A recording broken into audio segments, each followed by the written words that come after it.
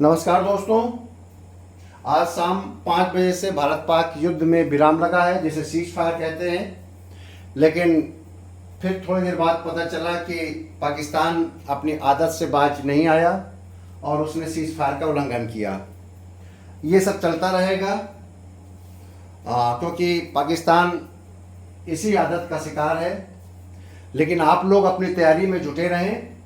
आप चाहे जिस भी परीक्षा की तैयारी कर रहे हों, चाहे आप यूपी पीसीएस मेंस की तैयारी कर रहे हो, चाहे आप यूपी पीसीएस प्री की तैयारी कर रहे हो, या यूपीएससी सिविल सर्विसेज प्री की तैयारी कर रहे हो, चाहे आप आरओ की तैयारी कर रहे हो, या सहायक सचिव के साक्षात्कार की उम्मीद से तैयारी कर रहे हो, आप अपनी तैयारी को कंटिन्यू बना रखिए और लगातार पढ़ते रहिए।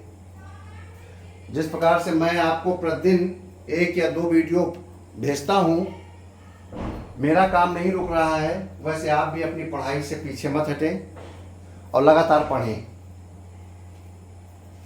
ऑपरेशन सिंदूर के संबंध में मैंने 2 वीडियो बनाए। 7 तारीख से लेकर अब तक का डेवलपमेंट आपको 2 वीडियो में दिया। परीक्षा के लिए बहुत उपयोगी है, संक्षेप में, कंसाइज है। जरूर आप उसके नोट्स बना के रखिएगा, नहीं तो बाद में पछताएंगे।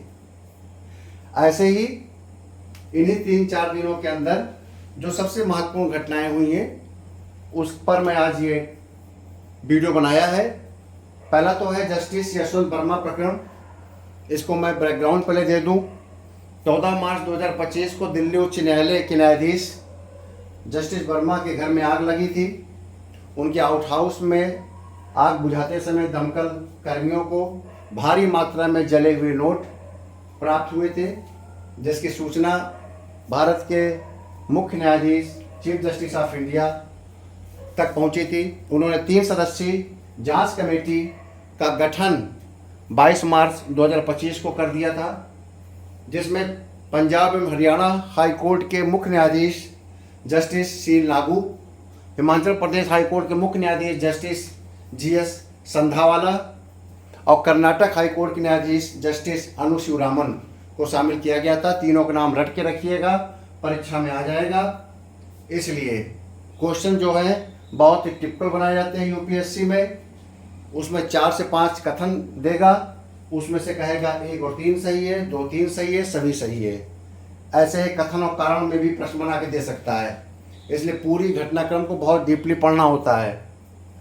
और 3 सदस्यीय जांच कमेटी ने अपनी रिपोर्ट भारत के मुख्य न्यायाधीश जस्टिस संजीव खन्ना को 3 मई 2025 को सौंप दिया है।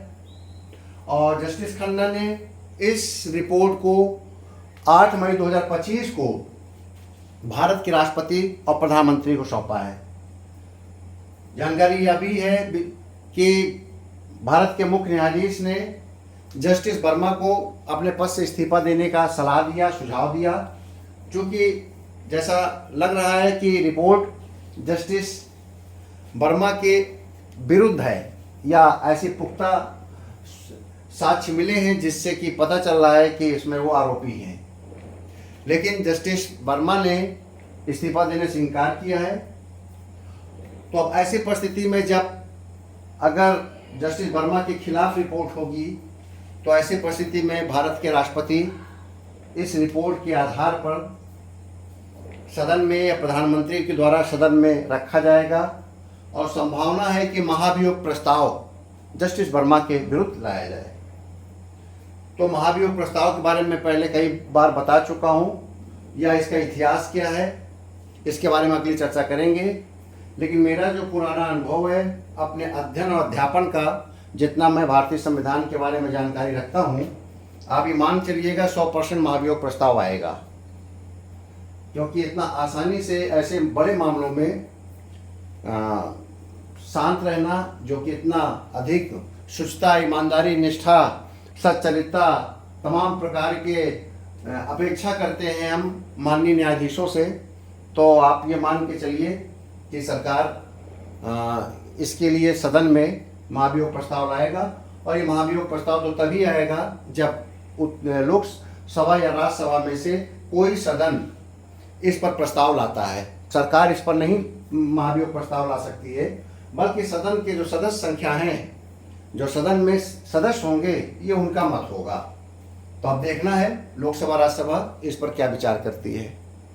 इसी प्रकार से दूसरी जो बड़ी सूचना है वो अमेरिकी कार्डिनल रॉबर्ट प्रिबोस्ट, बहुत ही इम्पोर्टेंट टॉपिक है क्योंकि टिप्पणियों में आ सकता है, करंट इवेंट में आ सकता है, किसी रूप में ये प्रश्न आ सकता है।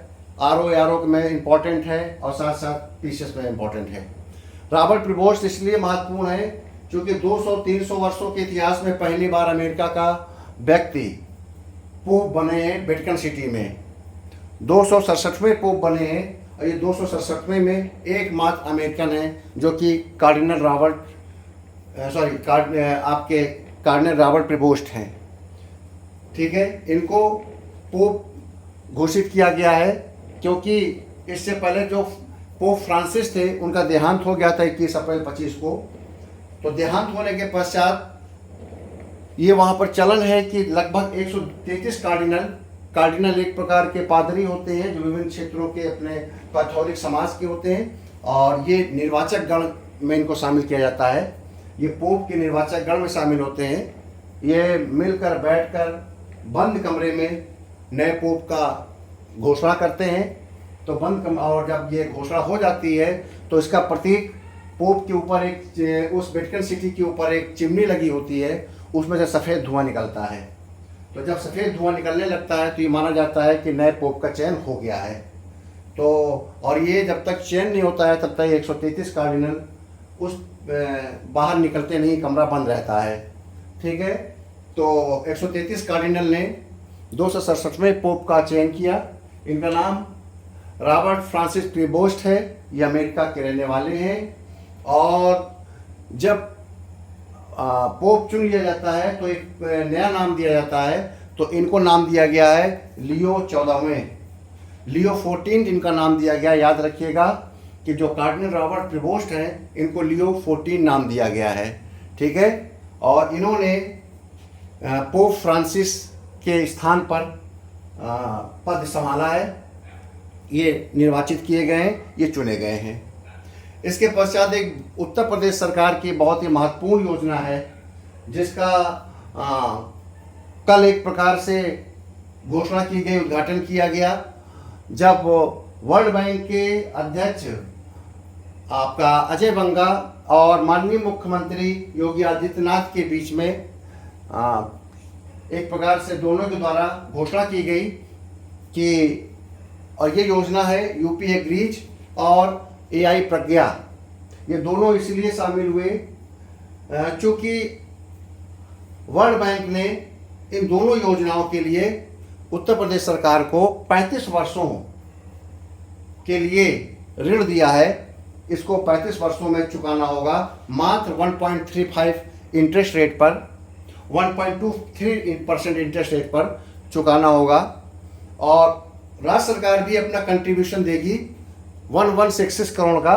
तो दोनों के मिलाकर ये योजना का संचालन किया जाएगा। यह योजना इसलिए बहुत ही अच्छी है क्योंकि इसके अंतर्गत प्रिसीजन फार्मिंग का मतलब है कि बहुत ही सटीक फार्मिंग। जैसे आपने कहा था ना अभी हम लोग इंडिया पाक के जो वार चल रहा था, एक प्रकार से ऑपरेशन सिंदूर चल रहा था, तो हमने पढ़ रहे थे हम लोग प्रिसीजन टारगेट, सटीक टारगेट। तो ऐसे ही सटीक फार्मिंग है, यानी कि कितनी मात्रा में बीज, कितना पानी, कितना खाद, इसका एआई टूल्स के द्वारा इसकी निगरानी होगी और जिससे कि उत्पादकता बढ़ेगी। और यह योजना पूर्वांचल उत्तर प्रदेश और बुंदेलखंड के लिए बनाई गई है और जिससे लगभग 10 लाख कृषक लाभान्वित होंगे। और जो मैं इस योजना को समझ पा रहा हूँ, जब आप महिलाओं के सशक्तिकरण के बारे में पढ़िएगा या लिखिएगा किसी निबंध को, तो आप बताइएगा कि जो उत्तर प्रदेश सरकार की यूपी एग्रीज योजना है, इसका फुल फॉर्म जो है Uttar Pradesh agriculture growth and rural enterprise ecosystem strengthening. ठीक है, Uttar Pradesh agriculture growth and rural enterprise ecosystem strengthening इसका फुल फॉर्म है।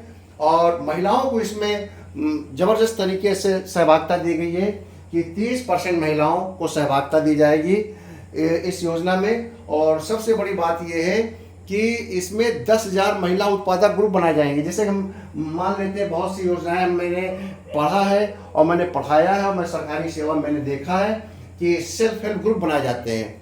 एग्रीकल्चर की बहुत सी योजनाएं जब संचालित की जाती हैं तो उसमें महिलाओं को अधिक से अधिक प्रतिभागी बनाने के लिए सेल्फ हेल्प ग्रुप बनाया जाता है, जिससे कि महिलाएं उस क्षेत्र में अन्य क्षेत्रों के लिए भी कोई काम करें और अपनी आर्थिक स्थिति को मजबूत बनाएं एक ग्रुप बनाकर। तो 10,000 महिला उत्पादक ग्रुप भी इससे जोड़े जाएंगे। इससे जुड़ी हुई या इससे जुड़े हुए कार्यों को एक अपना महिलाओं का संगठन बनाकर इस काम करेंगे। एक ग्रुप में लगभग मैं देखता हूँ 20 से 25 महिलाएं 30 महिलाएं होती हैं, तो ऐसे 10,000 महिलाओं का अगर बनेगा तो एक बड़ी संख्या हो जाएगी। ठीक है, तो ये यूपी एग्रीज योजना है जो संक्षेप में इन्होंने बता दिया है। इसका प्रारंभ 9 मई 2025 को हुआ है। वर्ल्ड बैंक के अध्यक्ष और उत्तर प्रदेश के माननीय मुख्यमंत्री योगी आदित्यनाथ के द्वारा। ठीक है, दूसरी है इसी के अंतर्गत AI प्रज्ञा। कल 2 योजनाएं जो घोषणा की गई उसमें दूसरी है AI प्रज्ञा। AI प्रज्ञा से नाम से जान रहे हैं, आर्टिफिशियल इंटेलिजेंस है।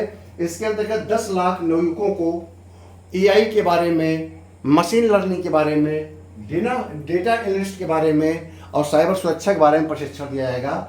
ऐसे लोग जो कि हाई स्कूल पास हों, 16 साल की उम्र पूरी कर चुके हों, वो सभी इसके लिए एलिजिबल होंगे। चाहे किसान हो, चाहे मजदूर हो, चाहे कोई भी सेल्फ हेल्प ग्रुप का व्यक्ति हो, कोई भी व्यक्ति जो इसको करना चाहेगा वो इसका प्रशिक्षण लेगा।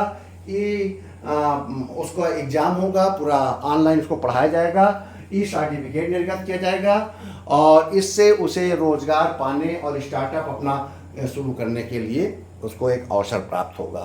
ठीक है, तो आपकी ये AI प्रज्ञा है। तो मुझे विश्वास है कि आप करंट इवेंट्स में इन 3-4 जो आज के टॉपिक थे इनके बारे में अच्छे समझ में आया होगा। इसके आप नोट्स बना लीजिए, स्क्रीनशॉट ले लीजिए, बहुत इंपॉर्टेंट है। ऐसे ही हर 1-2 दिन बाद किसी न किसी जब 4 से 5 महत्वपूर्ण टॉपिक हो जाएंगे करंट इवेंट के, तो आपको एक नए टॉपिक पर फिर से करंट इवेंट प्रस्तुत करूंगा। बहुत बहुत धन्यवाद।